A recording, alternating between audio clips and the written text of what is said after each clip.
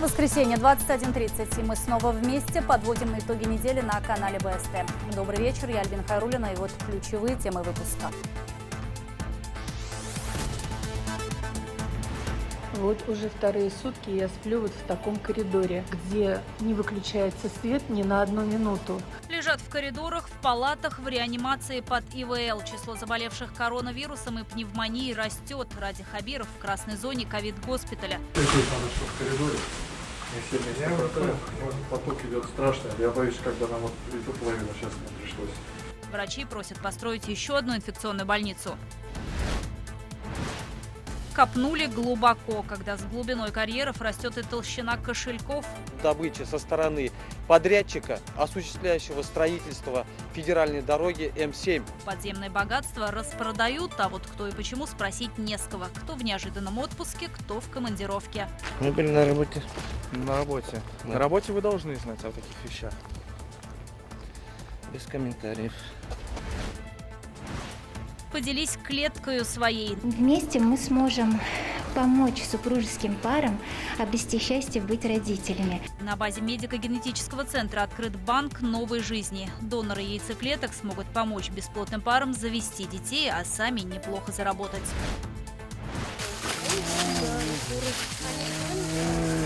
Цирк уехал, Тишка остался выживать. Говорят, что второй медведь умер от голода. Волонтеры ищут новый дом для косолапого артиста, который вынужден жить в лесу, но заточенным в клетку. Сегодня история приобрела новый оборот.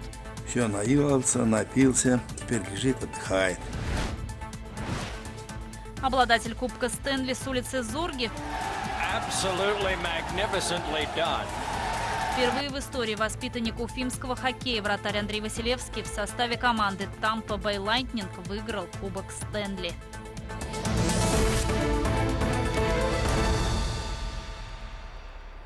В Башкирии еще один пациент скончался от COVID-19. Таким образом, число жертв коронавируса в регионе выросло до 42. Летальный случай зарегистрирован в Уфе. Скончалась 64-летняя женщина. Известно, что пациентка страдала тяжелыми сопутствующими заболеваниями. Глава республики рекомендовал жителям перейти на режим самоизоляции. Ограничения касаются пожилых людей 65+. Это будет не запрет, а именно рекомендация поберечь свое здоровье.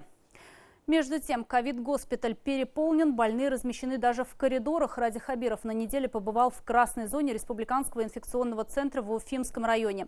Глава Башкортостана ознакомился с условиями пребывания пациентов и работы медиков. Будут предприниматься меры, сказал Ради Хабиров. И не исключено, что начнут строительство еще одной инфекционной клиники. На сей раз уже не в Уфе. Подробности далее.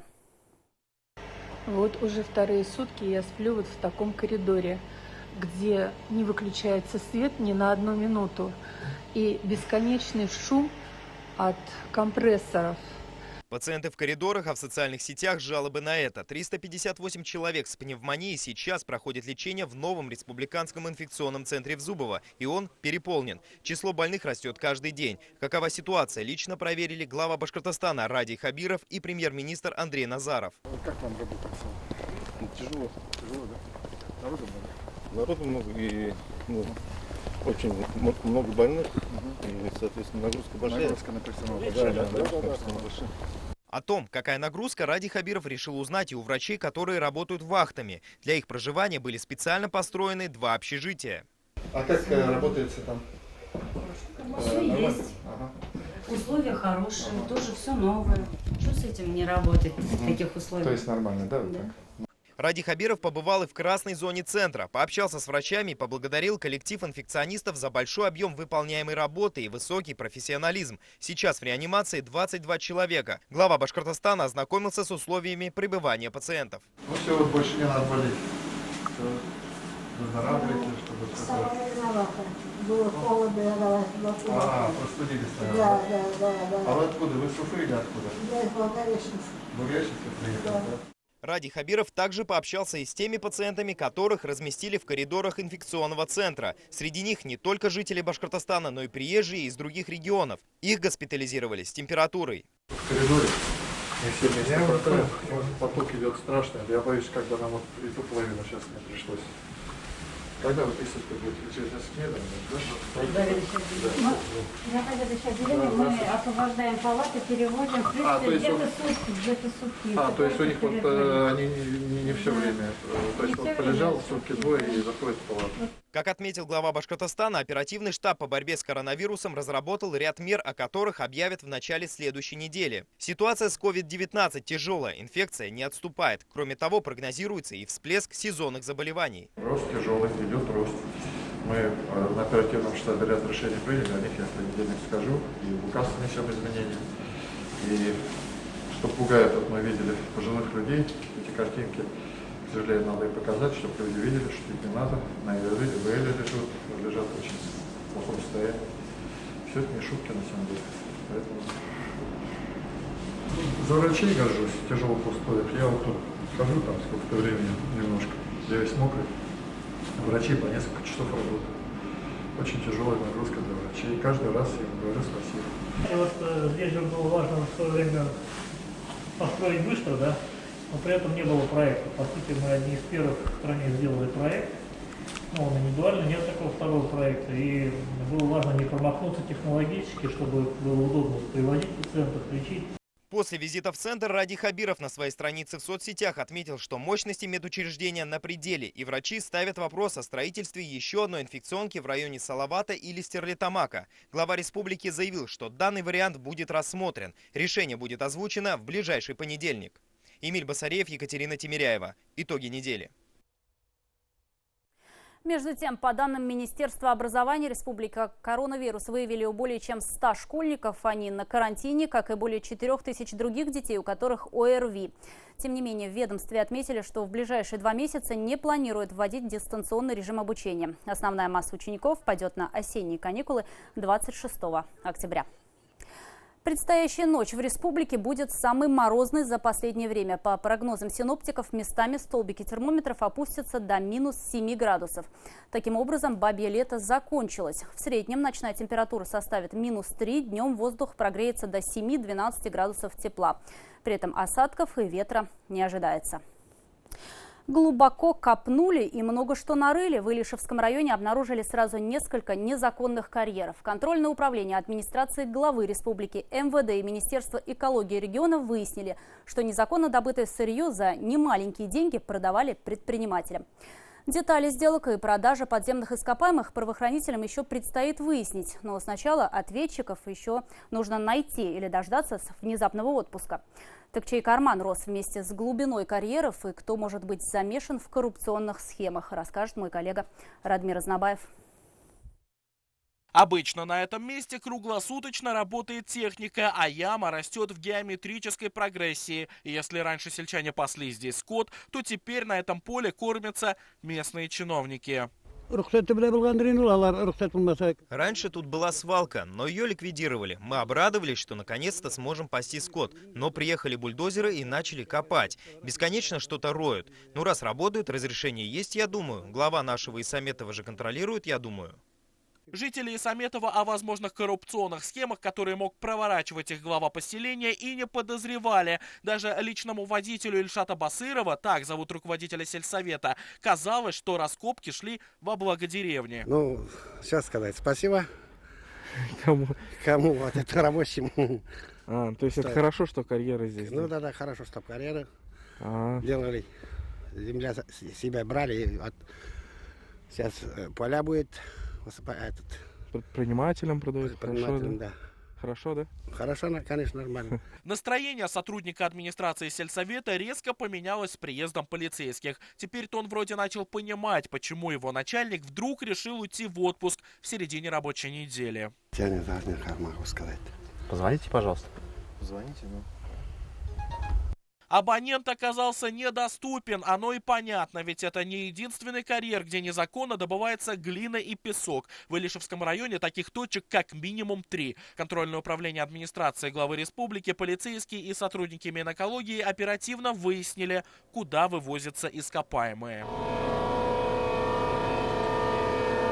Это федеральная трасса М7 Уфа-Казань. С начала лета вблизи Илишевского района проходит ремонт дороги, которым занимается организация Дортехстрой. Они выигрывают тендер, получают из казны деньги и закупаются материалом. Но ведь можно сэкономить и даже заработать, видимо, подумали бизнесмены, просто используя ресурсы района, предположительно взяв в долю руководство муниципалитета. Как считает контрольное управление администрации главы республики и Министерства экологии, местные чиновники наваривались на продаже предпринимателям незаконно добытой глины и песка. Факт незаконной добычи со стороны подрядчика, осуществляющего строительство федеральной дороги М7 около села Верхнееркеево Илишевского района. Между тем, полицейские долго допрашивали руководство района. Помимо того, что глава сельского поселения Исаметова пропал, так и руководитель района, как оказалось, улетел в командировку. А его заместитель, который сейчас исполняет обязанности главы Илишевского района, говорит, что вообще не в курсе происходящего.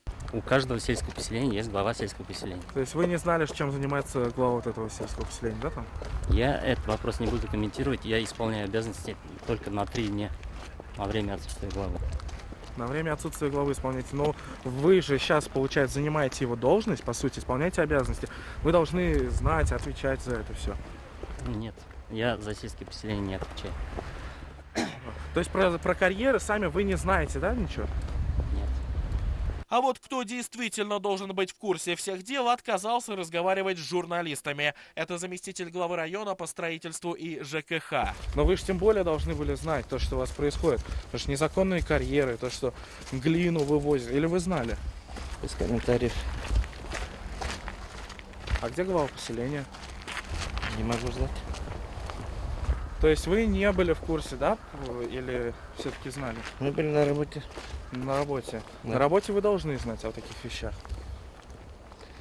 Без комментариев. Также выяснилось, что на территории района вблизи трассы был возведен целый городок для строителей, несмотря на возмущение местных жителей.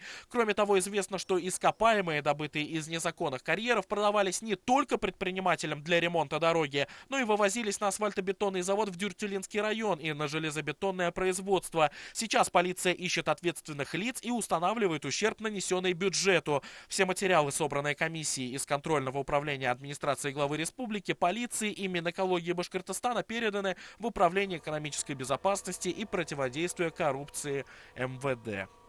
Радмир Азнабаев, Азамат Мухаммедшин, Булат Закирьянов и Ильдус Камалеев. Итоги недели. Илишевский район. Луизе и Марату Хайруллиным придется вернуть украденные 25 миллионов рублей в полном объеме. Преступной паре на этой неделе вынесли приговор. Марату Хайруллину, который считается организатором преступления, суд определил наказание в виде 6 лет лишения свободы в колонии общего режима, а его супруге на год меньше. На условно-досрочное освобождение пара может даже не рассчитывать, пока не будет выплачен материальный ущерб, нанесенный банку. В судебном заседании Хайруллина вину в совершении данного преступления признала полностью. Ее супруг вину признал в совершении преступления частично. Сама Луиза, услышав приговор, не смогла сдержать слез, его она никак не прокомментировала. О громком преступлении стало известно весной прошлого года. Хайруллинам удавалось скрываться от правоохранителей чуть больше месяца. Когда их поймали, Луизу отправили в СИЗО, а Марата под домашний арест. У пары осталось 2 детей, опеку над ними временно оформил отец кассира. Обжаловать собираетесь? Да, считаете справедливым наказание 6 лет общего? Ну, судья решил. Марат, что с детьми будет? Они же с вами живут, как вы говорили. Давайте без комментариев. Мы без вас все это решим. И давайте оставьте нас в покое все. Ваши съемки все эти.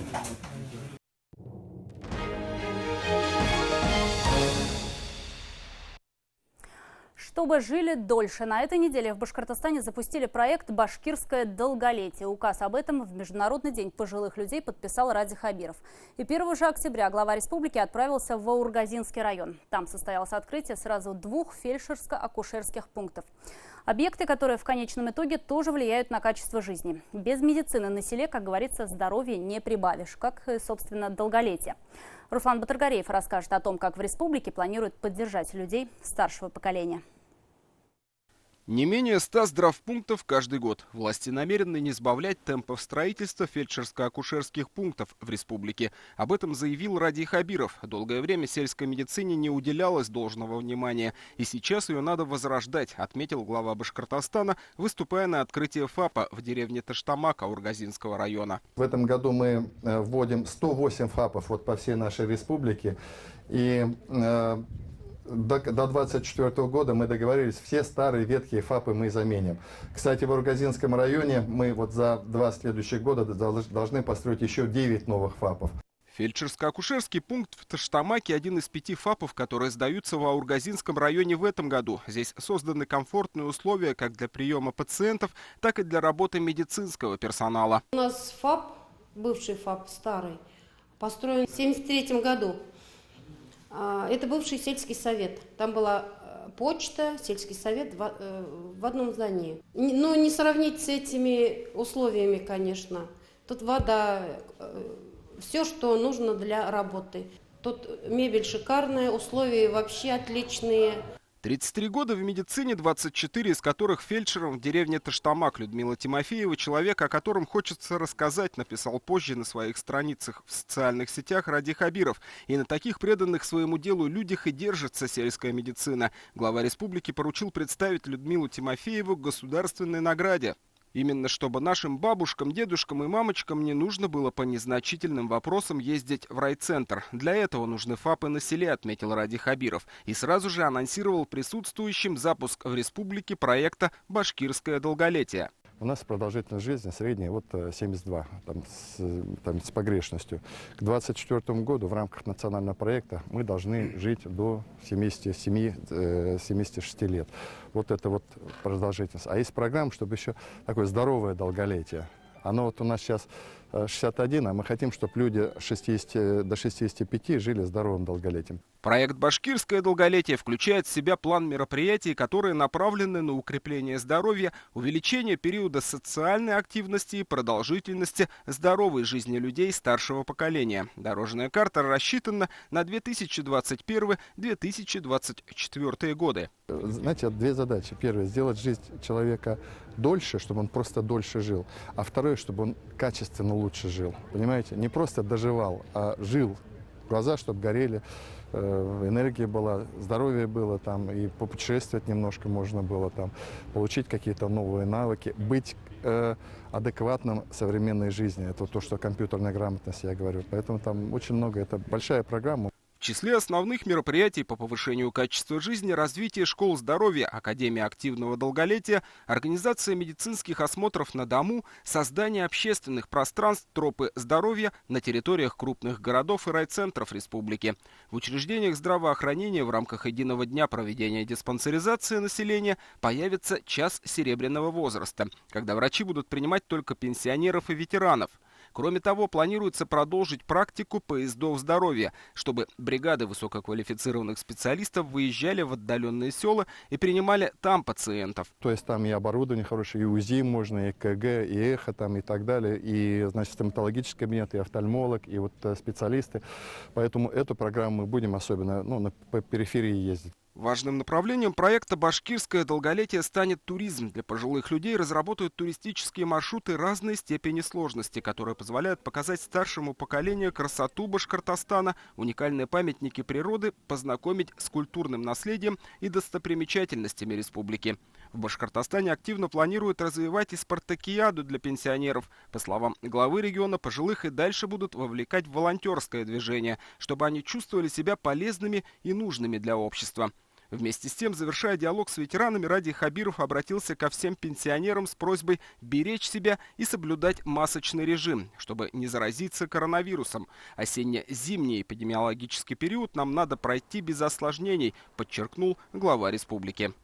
Руслан Батыргареев, Азат Ишбулатов, Ильшат Казакулов, Рустам Лукманов и Виктор Демидов. Итоги недели. В Башкортостане появился криобанк яйцеклеток. Он создан на базе медико-генетического центра. Тем самым женщины-доноры в дальнейшем помогут бесплодным парам завести детей. Минимальный стандарт заполнения анкеты и прием врача-репродуктолога для определения возможности участия в программе. Далее все очень индивидуально и строго конфиденциально. Криобанк только начал пополняться, поэтому очень нуждается в донорах. Подробнее в материале Анастасии Ильчебаевой. Вот здесь вот иголка, куда мы забираем сперматозоид, а вот это вот и холдинг называется. Мы им удерживаем яйцеклетку. Даже сложно поверить, что жизнь зарождается на этом аппарате. Экстракорпоральное оплодотворение происходит двумя способами – классическим и ИКСИ. К последнему прибегают, когда стандартный метод ЭКО не дает результата. И для этого требуется помощь микроманипулятора. Вся работа проходит под микроскопом. Вот уж у кого точно ювелирная работа, так это у лаборантов, эмбриологов.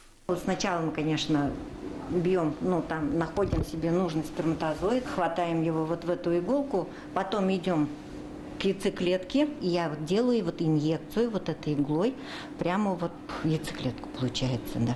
После оплодотворенную яйцеклетку убирают в хранилище. Уже утром можно будет узнать, удачно ли прошла процедура. У Республиканского медико-генетического центра есть свой криобанк спермы, а вот овоциты или по-другому яйцеклетки приходилось закупать у других клиник. Зачастую жительницы республики, страдающие бесплодием, были вынуждены обращаться за помощью в медучреждения Казани, Санкт-Петербурга, Москвы. Теперь же криобанк яйцеклеток появился и на базе медико-генетического центра и постепенно наполняется биоматериалом. Врачи ищут доноров. Донорами могут стать молодые, здоровые женщины в возрасте от 18 до 34 лет, прошедшие полное медико-генетическое обследование в условиях нашего центра за счет нашего центра. Вместе мы сможем помочь супружеским парам обрести счастье быть родителями, которые по той или иной причине на сегодняшний день были лишены этой возможности. Но создание криобанка для хранения яйцеклеток поможет не только бесплодным парам. Желающие смогут воспользоваться аутоконсервацией. Когда люди, мужчины и женщины в репродуктивном возрасте, могут сохранить свои репродуктивные клетки для себя же самого в будущем. Например, это особенно актуально для онкологических пациентов, которые сейчас, например, проходят очень такую агрессивную терапию, и это зачастую приводит именно к возникновению бесплодия.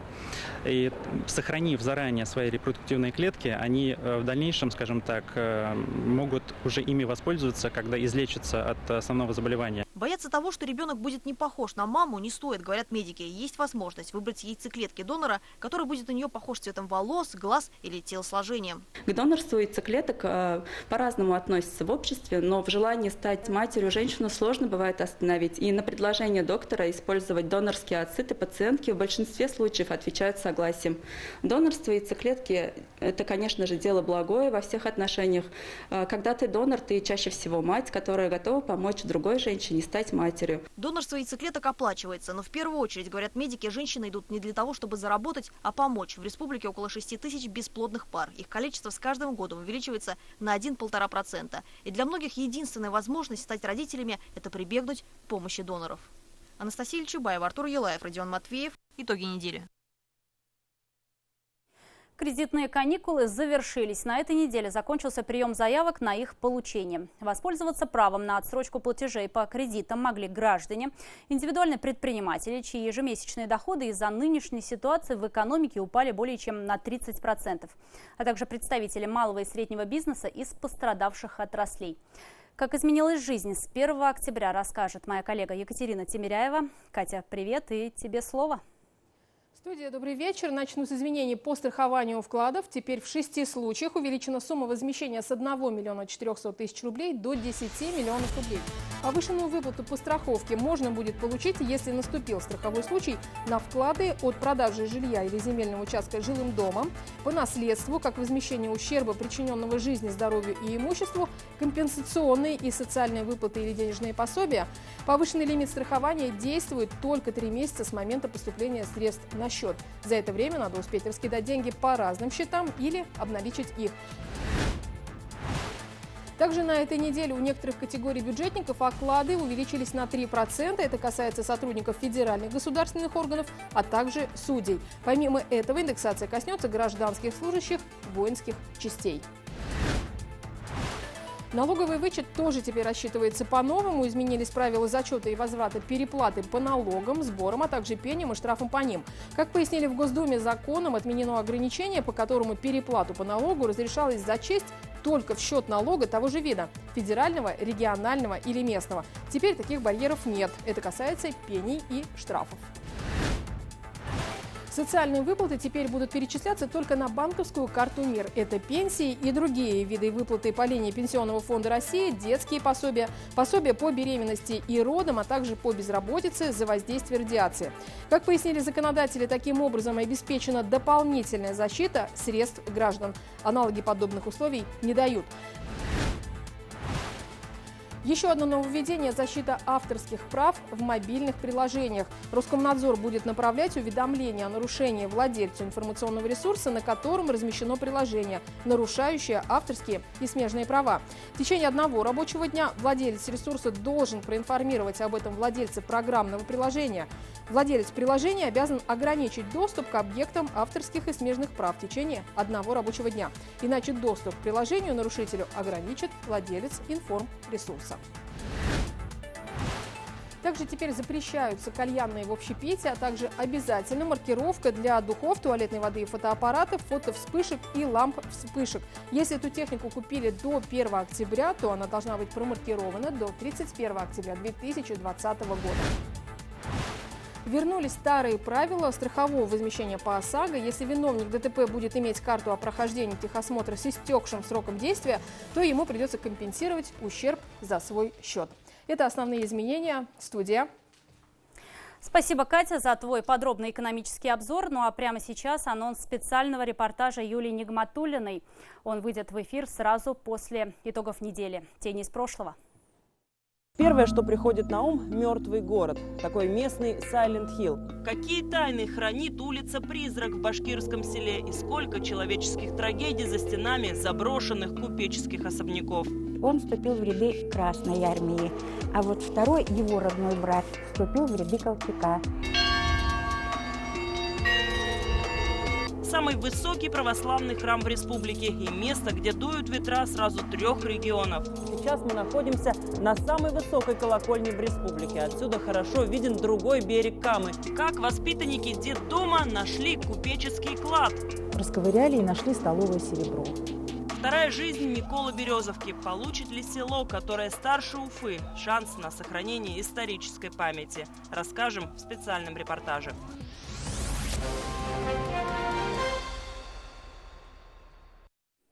Ну а в Туймазинском районе на один день окунулись в историю одного из самых кровопролитных боев Великой Отечественной войны. Реконструкторы из 8 регионов России и члены поисковых отрядов воссоздали хронологию битвы на Днепре. Масштабное действие стало возможным благодаря гранту главы Республики Башкортостан. Мой коллега Азат Садреев побывал на поле боя.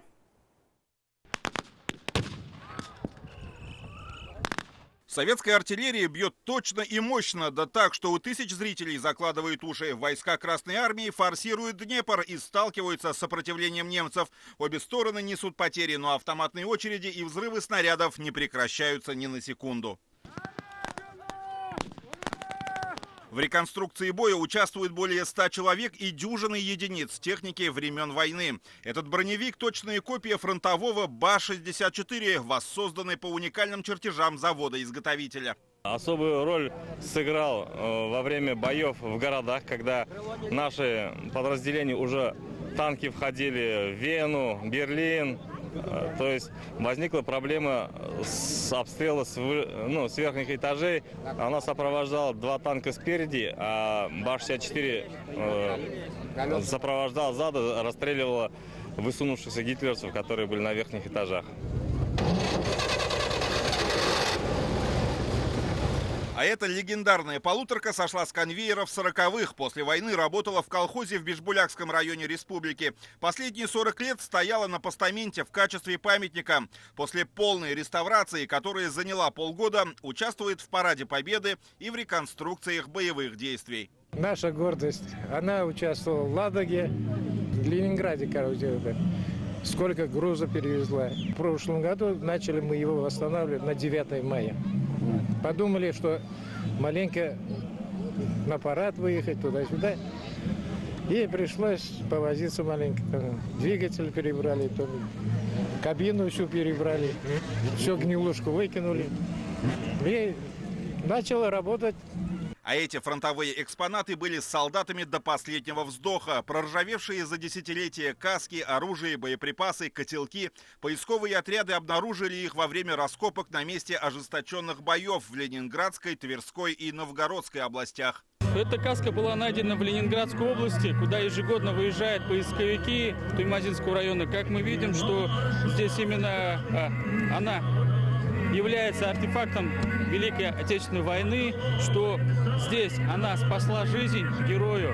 Тем временем советские войска при поддержке артиллерии и тяжелой техники метр за метром приближаются к укреплению противника. Земля содрогается от каждого взрыва, но юных зрителей это не пугает. Для них это все как кино. Вам страшно смотреть?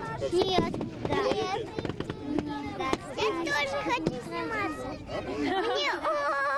Мне очень не страшно. А вот у взрослых реконструкция вызывает совершенно другие эмоции. Многие следили за боем, едва сдерживая слезы. Это, во-первых, нужно для того, чтобы вот то молодое поколение, которое стоит позади меня, то среднее поколение знало, помнило и гордилось подвигов наших дедов, прадедов, отцов во время Великой Отечественной войны. Исход этой реконструкции был предопределен, но ровно 77 лет тому назад советские солдаты не знали, что их ждет. Они шли вперед и погибали ради тех, кто ждет их дома, и ради тех, кто сегодня под мирным небом вспоминает своих героев с благодарностью. После реконструкции форсирования Днепра поле не будет усеяно воронками от снарядов и телами убитых солдат. Но в далеком 43-м году все было именно так. Битва на Днепре стала не только одной из самых кровопролитных, но и значимых для сил регулярной Красной Армии.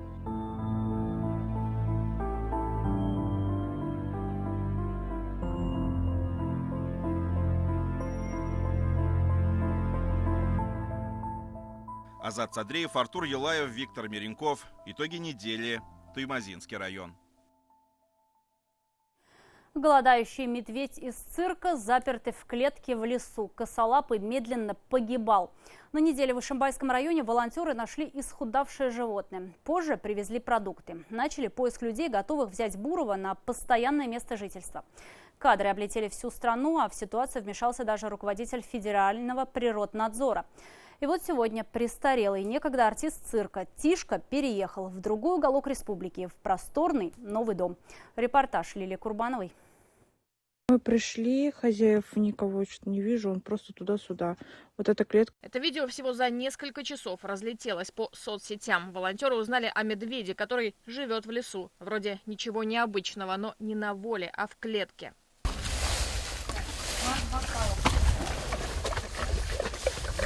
На качан капусты медведь набросился словно на мясной деликатес. Нет гарантии, что настолько исхудавший косолапый пережил бы зиму. 8 уже пустых пакетов, в которых были фрукты и мясо. Еду принесли еще и в ящиках. Это все, что осталось, и то только потому, что волонтеры решили оставить на всякий случай, на потом. Медведю 22 года, всю жизнь в неволе. Он выступал с цирком. В начале 2000-х животное обрело постоянное место жительства. Его отдали в Ишимбайский район. Жители говорят местному авторитету. Но хозяин бурого Тишки тоже оказался за решеткой. Его осудили около года назад. На частную территорию заходить. Ты что, полицию вызвать? Не надо его кормить. Он худой. И что? За хозяйством сейчас смотрят местные жители. Рассказывать журналистам, как ухаживают за косолапом, не захотели. Впрочем, видно невооруженным взглядом. Тишка справлял нужду в клетке, и в ней явно давно не убирались. На территории есть и другие железные ящики, но уже пустые. В одном из них жил еще один медведь. В интернете мне вот позвонили, тоже девушка сказала, что их было 2. Один вот, я предполагаю, наверное, был здесь. Но он убегал, говорят, но его как ловили, говорит, фуфайку надевали, говорит, мясом перестали кормить, потому что они как ломают, что ли, вот железки.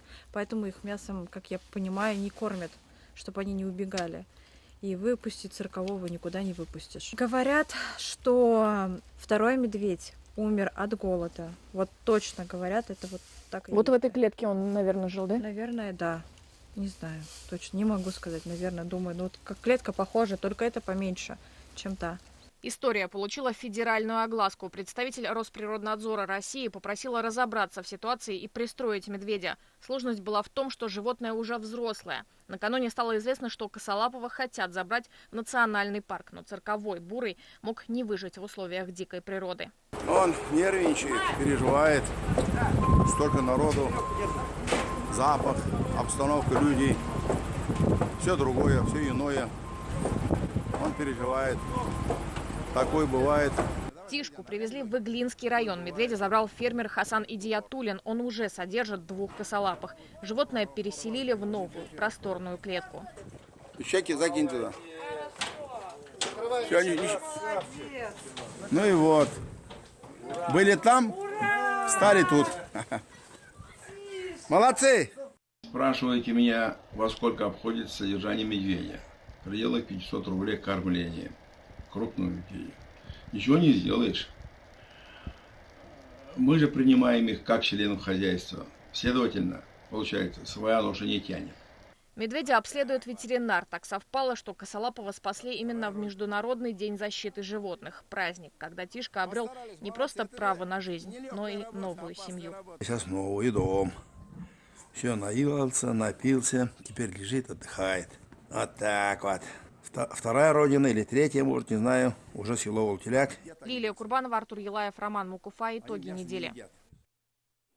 Впервые в истории уфимский хоккеист выиграл Кубок Стэнли. Вратарь Андрей Василевский в составе команды Tampa Bay Lightning стал победителем престижного хоккейного турнира, что проводится за океаном. До этого никто из башкирских хоккеистов не добивался подобного успеха. Ближе всех Игорь Кравчук, который в сезоне 91-92 годов дошел до финала в составе Чикаго Блэкхоукс. Андрей Василевский же вписал свое имя в историю хоккея. Наш следующий сюжет о вратаре, который вышел из той самой Зоргиевской школы, отец которого вообще был против игры на позиции голкипера. Да я сейчас скажу, да нормально. Да я не могу сказать. Давай лучше что-нибудь другое. Почему я спросил лучше? Прошлым летом Андрей Василевский о сезоне говорить не хотел вообще. Тампа, победитель конференции, явный фаворит, вылетела в первом раунде плей-офф. Спустя год после прерванного чемпионата сложной эпид-ситуации клуб из американской Флориды выиграл кубок. Андрей Василевский одержал первую сухую кубковую победу и установил 2 рекорда по победам 18 и ледовому времени – 1708 минут 12 секунд.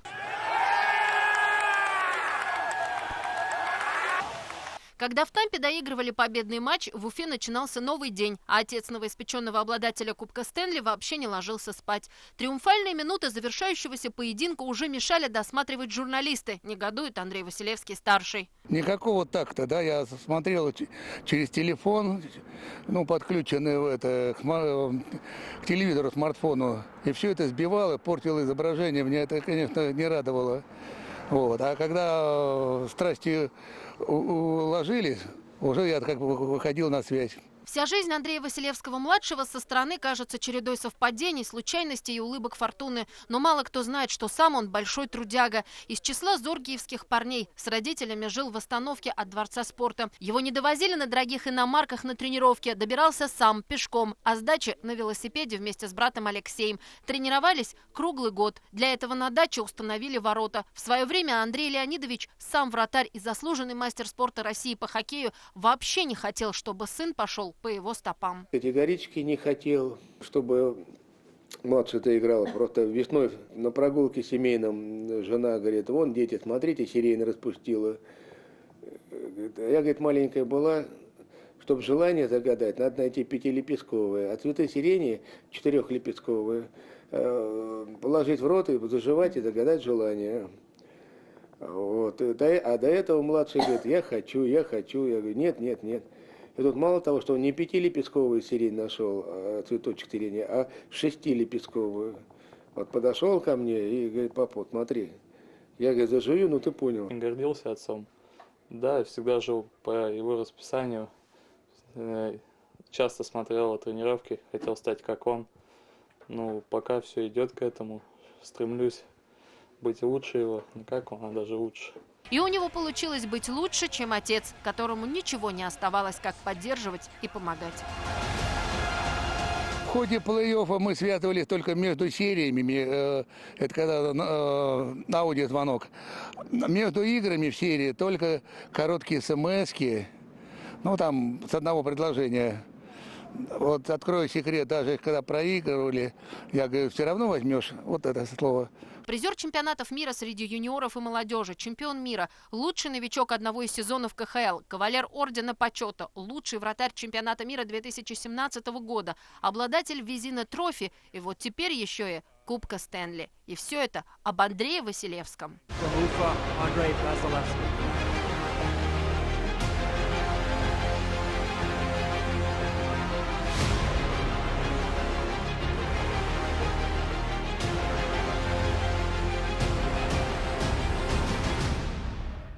Его победа, одержанная где-то там за тысячи километров, сейчас вдохновляет тех, кто только делает первые шаги.